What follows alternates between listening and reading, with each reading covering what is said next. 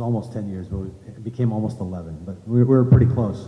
So we said when we got married, when we eloped and got married in Maui, by the way, not a bad place. We sent telegrams to all the family. They're like, on the beach in Maui, oh, by the way, we got married. I thought that was cool, right? But when we decided we were going to move somewhere, not because people always say, oh, weren't you glad to get out of New York? I mean, I was like, that wasn't the case at all. You know, because New York City for me, and can't speak for Lisa, but I'm sure that she would agree, is one of the greatest places in the world.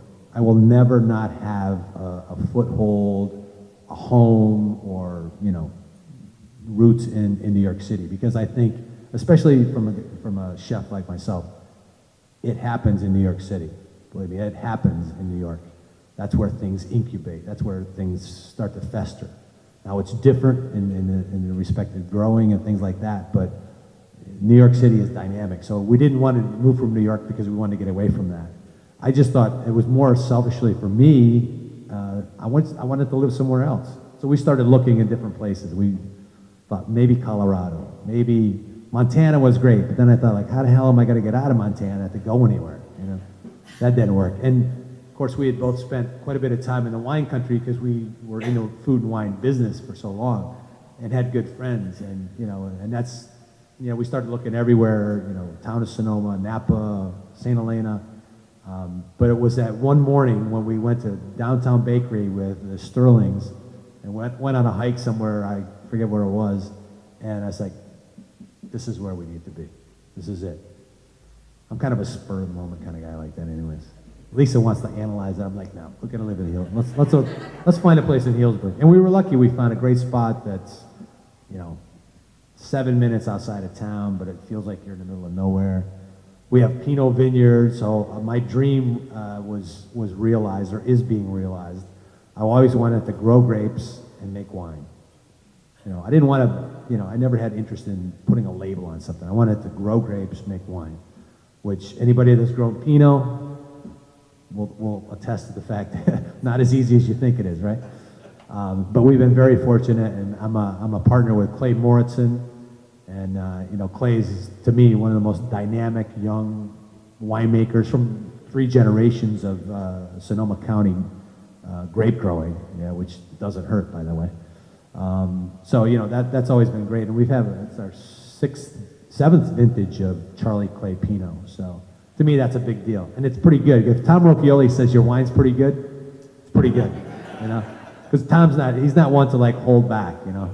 If it sucks, he'll say, Charlie, that's great, but it sucks, all right? That's it. You know, pretty plain and simple. That's what I like about, you know, people around here. There's not a lot of baloney. So that, you know, that was a great thing, and you know, but you know, Healdsburg, I mean, where else would you live, right? I mean, it's amazing. But you know, it was great for the kids too. You know, our second oldest is back in New York now. He went back to NYU, and it's funny because he was like, "Yeah, Dad, it's like I never left. Fell right back into it." Well, he left New York when he was 9. I was like, "Really? You fell right back into it, huh? The club scene, everything, yeah." You know. And our oldest, you know, once he became a Californian, refused to leave California. He's at Berkeley, so we're very fortunate, and was accepted into the Haas School of Business yesterday. So we had yes, very, very proud, and we had a little celebration dinner at Mark and Terry's steakhouse, Starks, last night. So my kids are always like, what, you know, where do you want to go to dinner? All right, let's go to steakhouse. I don't know. I'm not opening a steakhouse in Sonoma, okay? Lisa's already said no.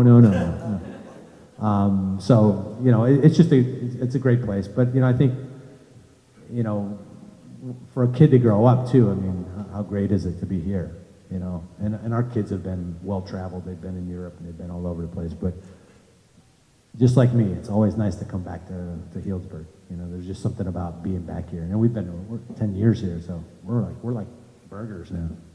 We're like locals. Back to the burg, you know.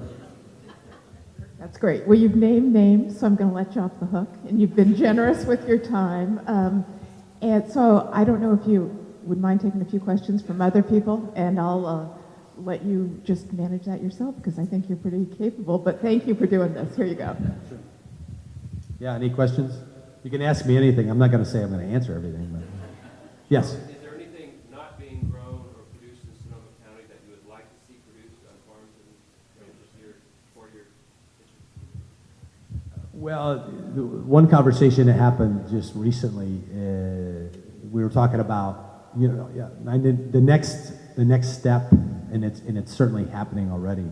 And Sonoma County is a great place for it to happen. Is artisanal spirits, and over in Petaluma, you're starting to see that and things like that. But how neat would it be that all the grains, whether it's rye, anything that's used in that is grown here, and could happen easily, But I think that's one of the next steps, because I'm always trying to think, a little bit ahead. We have at our hotel and restaurant in San Francisco, the Burritt Room, Burritt Tavern, my mixologists, because we don't have bartenders anymore, right?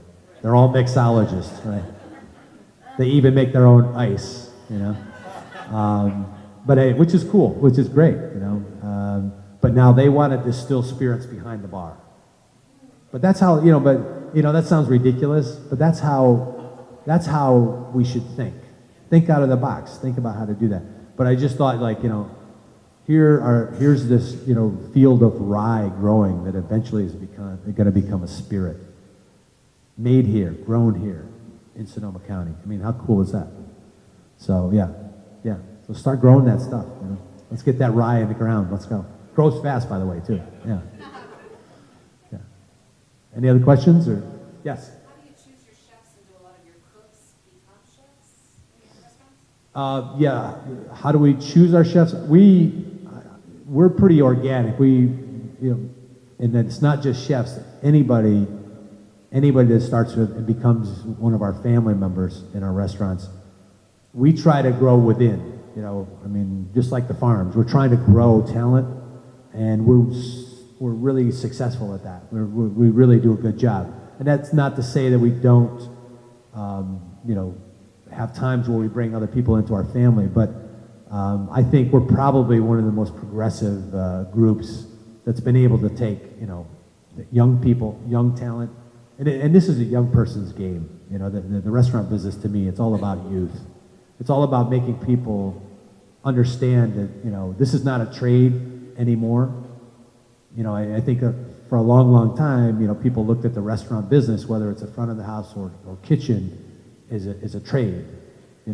It begins as a trade because you're getting a job in the kitchen. I started as a pot washer, just because I was sick and tired of milking cows, honestly.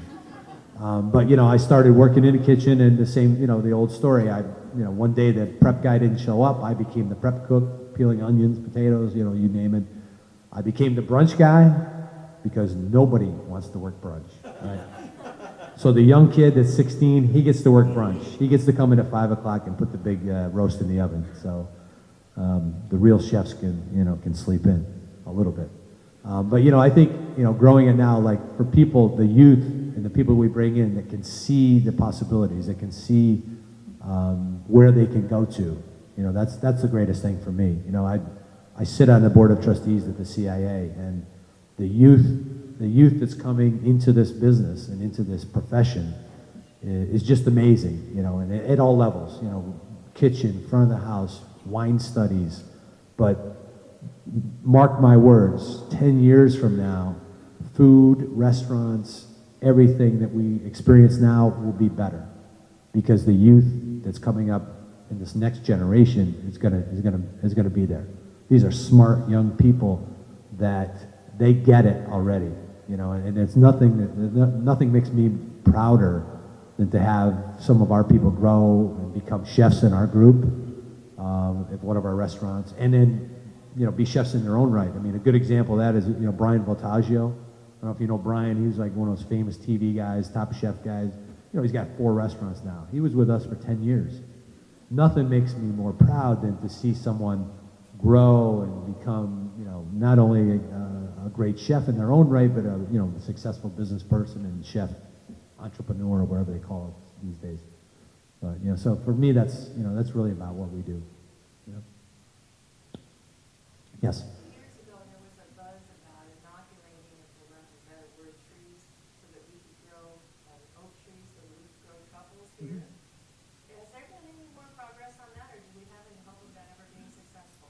Yeah, there has been progress. We're talking about inoculating oak trees to create domestic truffles. Truffles still one of those things that very, very expensive. This year, the truffle crop, true Elba white truffles, was the most expensive it's ever been. And it's all about supply and demand, even in an economy that I think we could argue is not the greatest in the world, but the supply is just so small. But yeah, down in the Carolinas, I think is where it's been most successful. From a chef point of view, I can tell you that we're not there yet for sure. But I mean, I love the idea that someone's trying to do it and inoculating and someday maybe they will be.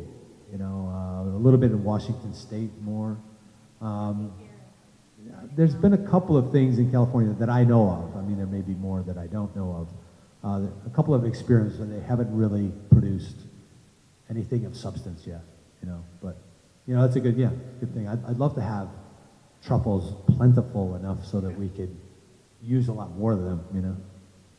My people get scared because like I was in Las Vegas and we do black truffles and stuff, and they're like, yeah, you want to go shave the truffles on table 26? And they're like, oh, don't tell the chef to go out there and like start shaving. I'm not paying attention. And like, all right, there we go. We just lost $150 on that table. But hey, we had some happy guests, so spread the word. I know. But yeah, truffles they're amazing. Yeah. We're good. Happy guests are what it's all about. Happy guests. So thank you so much. You're very generous with your time.